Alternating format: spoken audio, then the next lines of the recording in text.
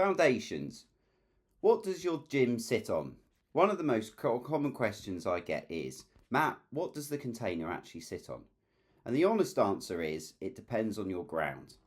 Every site is different. Soil type, drainage, slope, access, they all matter. The good news is there are clear proven options depending on your ground conditions. So let me talk you through them in order of simplicity and ground strength.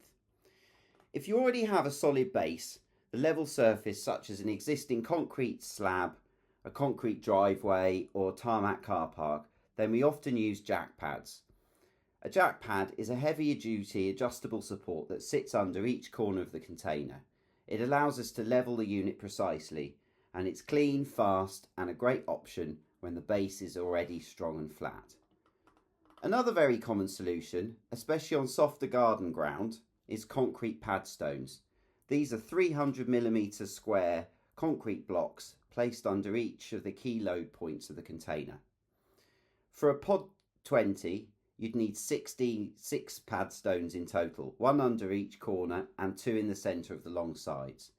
And for the larger pod 60 Pro, made of 3 joint containers, that increases to 12 padstones. Padstones spread the load effectively while keeping the groundwork relatively simple compared to pouring a full concrete slab. It's a neat middle ground solution and works very well on many domestic sites. If your ground has a good natural bearing capacity, firm, stable soil, then we can go even simpler. In this case, we lay a geotextile membrane directly onto the ground to prevent weed growth.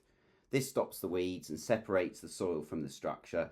On top of that, we install oak railway sleepers. There'll be 5 in total for a pod 20, so 1,200mm centres. This spreads the load evenly and keeps the container lifted off the ground and allows airflow underneath. It's cost effective, quick to install and perfectly suitable when the ground conditions are right. If the ground is softer or slightly uneven, then we step things up. For medium ground bearing conditions, we excavate the site to a depth of 150mm.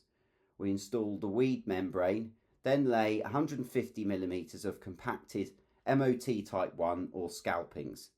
This material is compressed to form a solid sub-base. Then oak railway sleepers are then installed on top. The compacted MOT creates a stable load-bearing platform that reduces movement over time. This is a very common solution in gardens where the soil isn't poor but isn't perfect either. If the soil is weak, clay heavy, waterlogged or prone to movement, then we go for the most robust option. In poor ground bearing conditions, we'll excavate to a depth of 400mm. The membrane is installed, followed by 150mm of compacted Type 1 or scalpings. On top of that, we pour a 250mm ground bearing concrete slab reinforced with 2 layers of B-mesh steel reinforcement. This creates a fully reinforced structural base that will not shift or settle. It's the most substantial solution and gives complete long-term stability. So which one is right for you? There isn't a one-size-fits-all answer. We look at all your ground conditions, drainage, slope, access and intended use. From there, we recommend the most appropriate and cost-effective solution. The important thing to understand is this: once the base is properly prepared, your gym in a tin can be delivered, positioned, connected to power and ready to use within hours. No months of messy construction, no long disruptive build process, just smart groundwork and a plug and play gym. If you're considering a container gym and want honest advice about your site, just get in touch. I'm happy to talk to you to find the best foundation solution for your ground.